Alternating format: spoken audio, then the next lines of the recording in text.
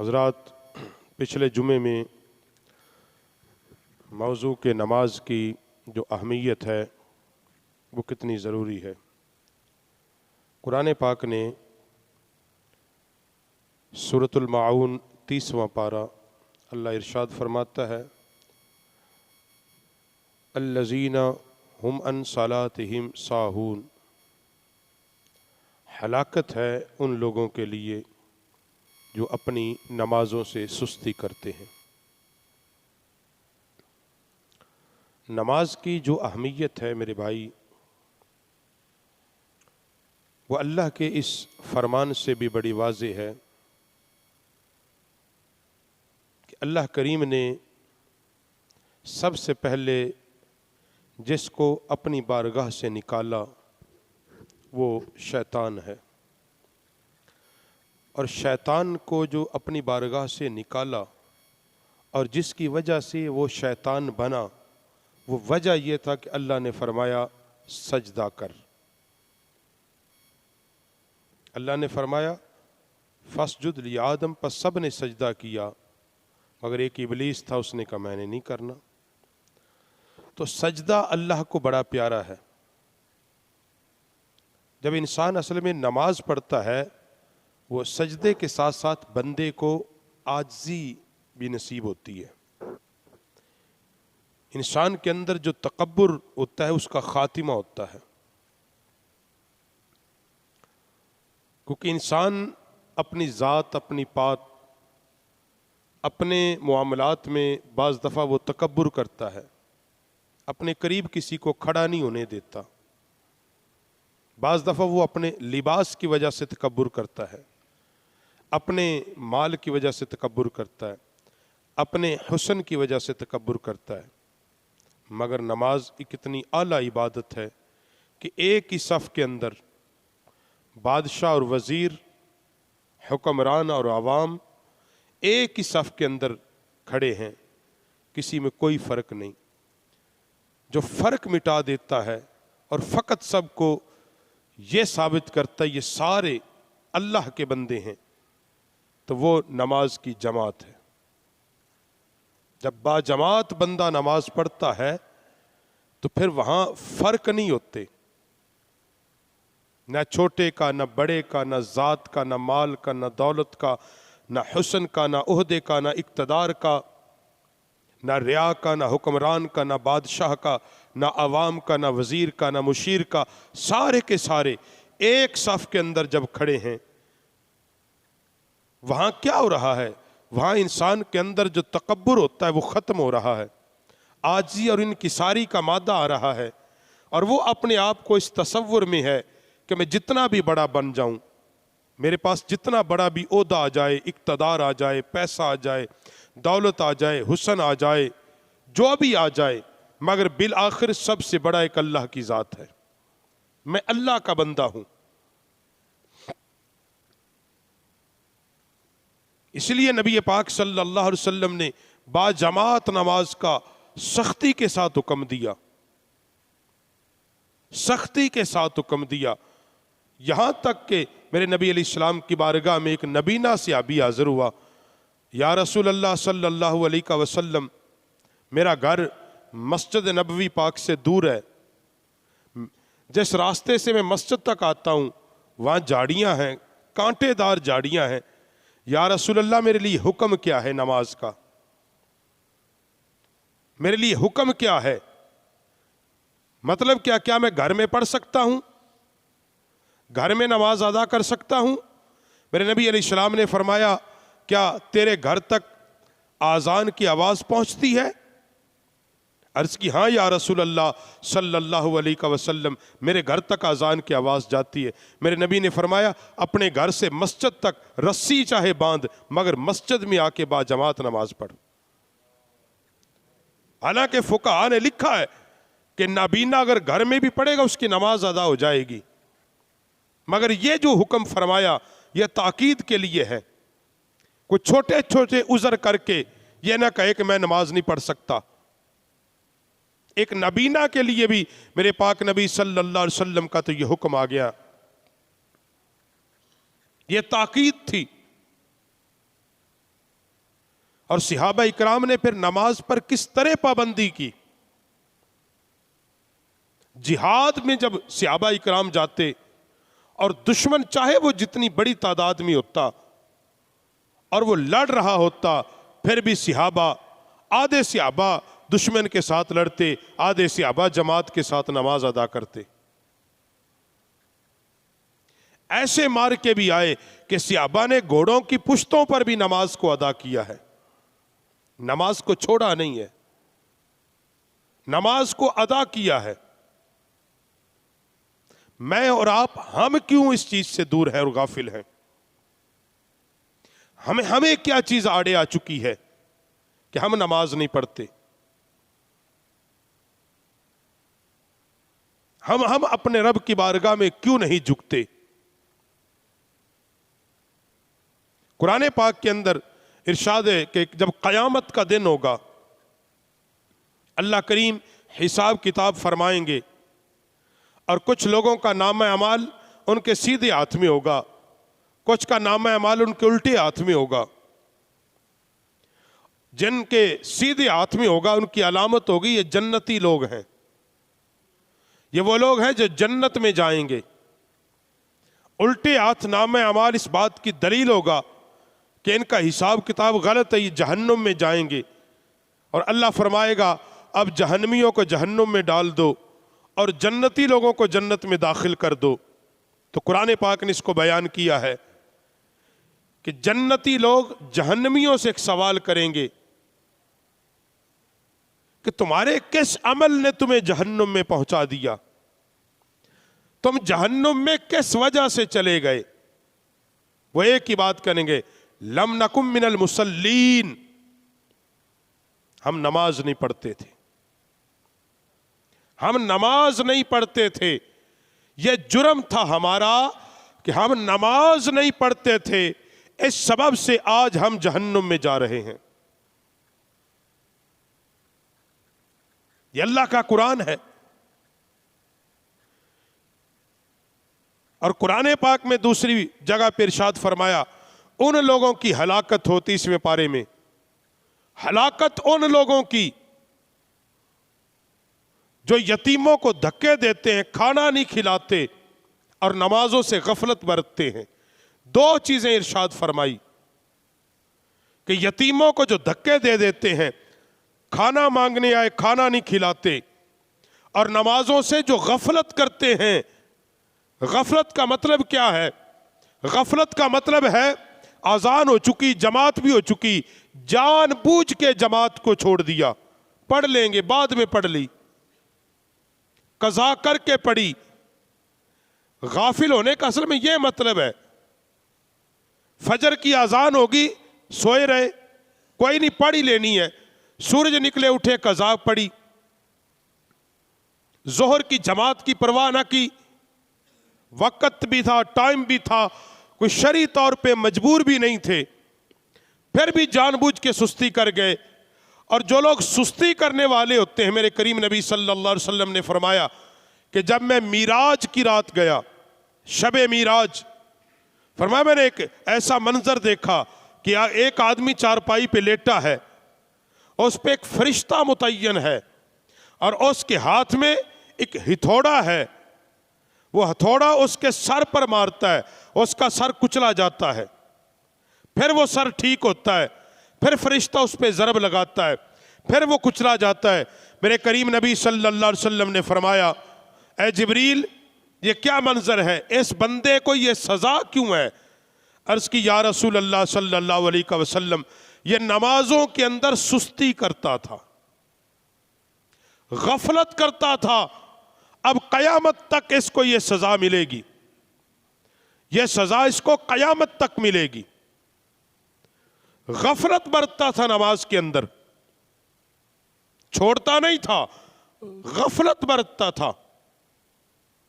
غافل انسان کے لیے اتنا بڑا عذاب ہے جو نماز سے غفلت برتے اور جو سرے سے پڑھے ہی نہ، جو نماز کا انکار ہی کر دے. ہمارے معاشرے میں آج ایسے لوگ موجود ہیں، آپ جن کو نماز کی دعوت دیں وہ بڑا سیدھا کہتے ہیں کوئی نماز نہیں، یعنی سیدھا سیدھا نماز کا انکار۔ نماز پڑھنے والے تو جی فراڈی ہوتے ہیں، یہ جملے آپ نے سنے ہوں گے، ہم نے سنے، یہ جو نمازی ہوتے ہیں یہ تو فراڈی ہوتے ہیں۔ یہ جملے ان لوگوں کے لیے بولے جائیں جو اللہ کے حضور جھکنے والے ہوں، جو سجدہ کرنے والے ہوں، جو اس لگن اور اس محبت میں ہوں کہ اللہ ہم سے راضی ہو جائے، ان کے لیے یہ جملہ بولا جائے۔ اب وہ دیکھے کہ اس کا ایمان کہاں پہ کھڑا ہے۔ یہ یاد رکھو، یہ شرعی مسئلہ ہے، یہ مسئلہ شرعی ہے۔ ایک بندہ وہ ہے کہ جو نماز پڑھتا نہیں مگر اقرار کرتا ہے، چھوڑتا ہے مگر یہ وہ مانتا ہے کہ نماز اللہ نے ہم پر فرض کی ہے، میں نہیں پڑھ سکتا، میری غلطی ہے، میں گناہگار ہوں۔ وہ بندہ گناہگار ہے، کافر نہیں ہے۔ اس بندے کے متعلق ہم یہ بات نہیں کریں گے کہ یہ کافر ہے یا یہ بے ایمان ہے، کیونکہ وہ اس بات پہ ایمان رکھتا ہے کہ نماز فرض ہے، پڑھنی چاہیے۔ میں نہیں پڑھتا، یہ میرا فعل ہے، غلط فعل ہے۔ ایک بندہ وہ جو یہ کہتا نماز ہے ہی کوئی نہیں، کوئی نہیں ضرورت نماز پڑھنے کی، کوئی نماز فرض تھوڑا ہی ہے، دل کرو پڑھو، دل کرو نہ پڑھو۔ وہ بندہ اسلام سے خارج ہو جاتا ہے، کیونکہ وہ اللہ کے ایک فرض کا انکار کرتا ہے، قرآن کے حکم کا انکار کرتا ہے، قرآن پاک کی آیت کا انکار کرتا ہے۔ اور جو بندہ قرآن کی ایک آیت کا انکار کرے، اللہ کے حکم کا انکار کر دے، اس بندے کا تعلق اسلام کے ساتھ نہیں رہتا۔ اس لیے کم از کم اگر نماز پڑھتے نہیں تو دینی معاملات میں زبان کو سوچ سمجھ کے کھولنا چاہیے۔ کم از کم اپنے ایمان کو بچانے کے لیے دینی معاملات میں، اللہ کے حکام کے معاملات میں، اللہ کی حدوں کے معاملات میں ہمیں چاہیے کہ ہم ناپ تول کر لفظ بولیں۔ نبی پاک صلی اللہ علیہ وسلم نے فرمایا کہ قیامت کے دن اللہ بے نمازی پر اپنی رحمت نہیں فرمائے گا، اللہ اس کو اپنا دیدار نہیں عطا کرے گا، اور بے نمازی کے رزق میں بے برکتی ہو جاتی ہے، برکت اٹھا لیتا ہے۔ اللہ بے نمازی کی عمر سے برکت اٹھا لیتا ہے، اس کے رزق سے برکت اٹھا لیتا ہے، اس کے مال سے برکت اٹھا لیتا ہے۔ اور جو بندہ دن کی 5 نمازیں بلا شرعی عذر چھوڑ دیتا ہے، اللہ فرماتا اب اس بندے کا میرے ذمے کچھ نہیں ہے، میرے ذمے اس بندے کا کچھ بھی نہیں ہے، اس کا جو چیز چاہے یہ کرے، اس کی مرضی ہے۔ اور جب بندہ 5 وقت با جماعت نماز پڑھتا ہے تو اللہ فرماتا ہے فرشتوں اب اس بندے کی ہر چیز میرے ذمے ہے، اس کے رزق میں برکت ڈال دو، اس کی عمر میں برکت ڈال دو، اس کے چہرے کو نور سے منور کر دو، اس کے دل سے گناہ مٹا دو۔ اور اسی لیے پاک نبی صلی اللہ علیہ وسلم نے فرمایا کہ قیامت کے دن سب سے پہلا سوال نماز ہے، پہلا سوال جو ہوگا وہ نماز ہوگا کہ بندے تو نے نماز پڑھی کہ نہیں پڑھی، پہلا سوال نماز کا ہے۔ مگر حضرات دیکھنا یہ ہے کہ ہم پڑھتے کیوں نہیں، ہم اس کے قریب کیوں نہیں جاتے۔ پاک نبی علیہ السلام نے فرمایا کہ جب بے نمازی کو قبر کے اندر رکھا جاتا ہے، یہ فرق ہے کسی نمازی کو جو 5 وقت با جماعت نماز پڑھنے والا ہوتا ہے، وہ اس کو جب قبر میں رکھا جاتا ہے، نماز پڑھنے والے کو، سجدہ کرنے والے کو، کہ لوگ اپنے گھروں کو چلے جاتے ہیں مٹی ڈال کے، جب گھروں کو پلٹتے ہیں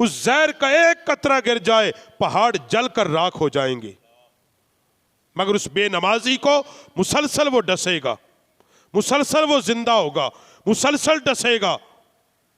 وہ 24 گھنٹے پوچھا یا رسول اللہ اس کو یہ عذاب کب تک ہوگا؟ فرمایا حشر تک ہوگا۔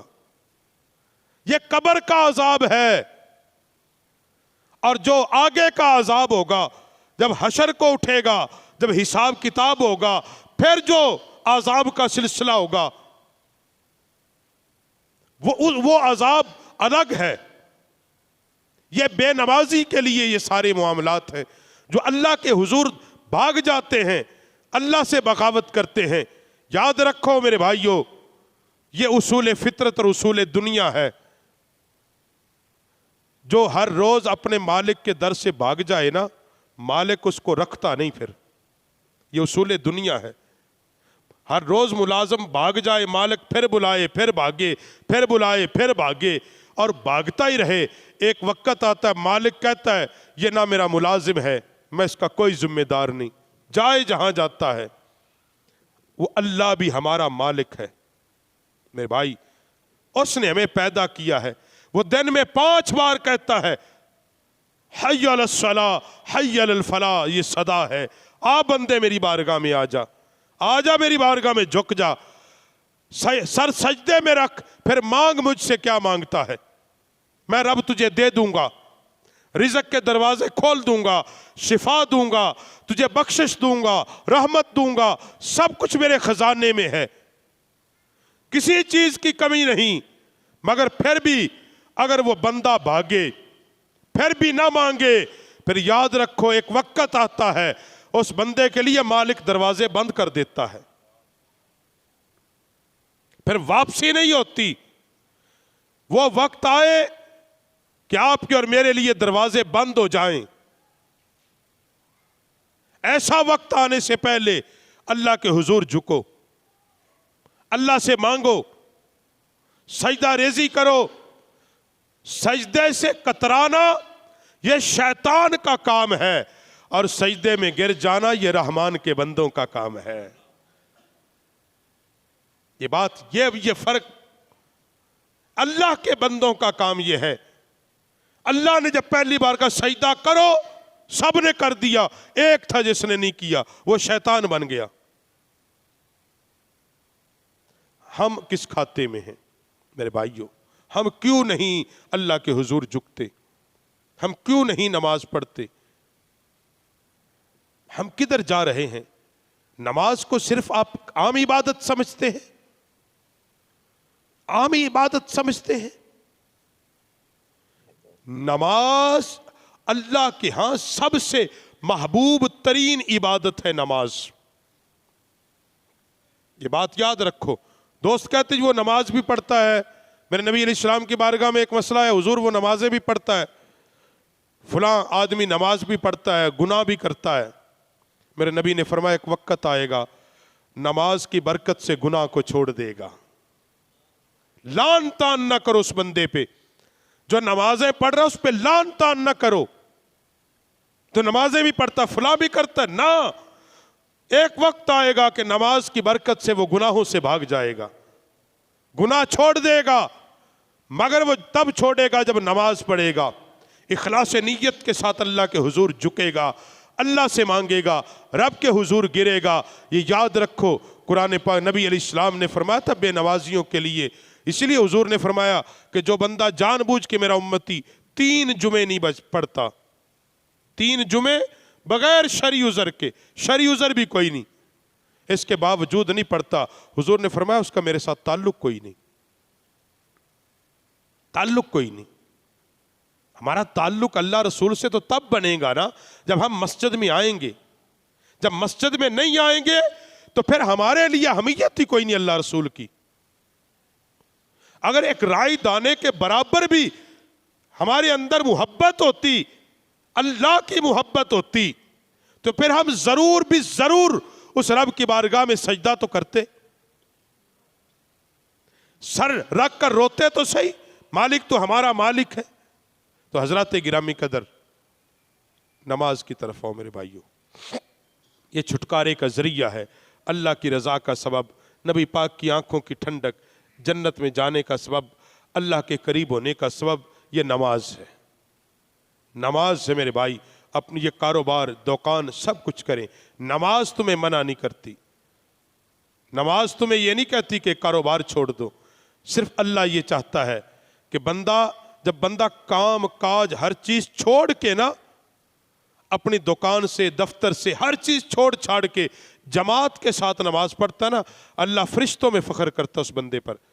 فرشتوں, اس بندے کے متعلق تو کہتا تھا اس کو نہ بنا, اس پہ تو نے اعتراض کیا تھا نا, دیکھ میرے بندے کے سامنے اس کی دکان پہ اس کا گاہک تھا, اس کے سامنے لوگ پیسے لے کے کھڑے تھے, مگر میرے بندے نے دنیا کی دولت کو اہمیت نہیں دی, میری بارگاہ میں جھکنے کو اہمیت دی ہے.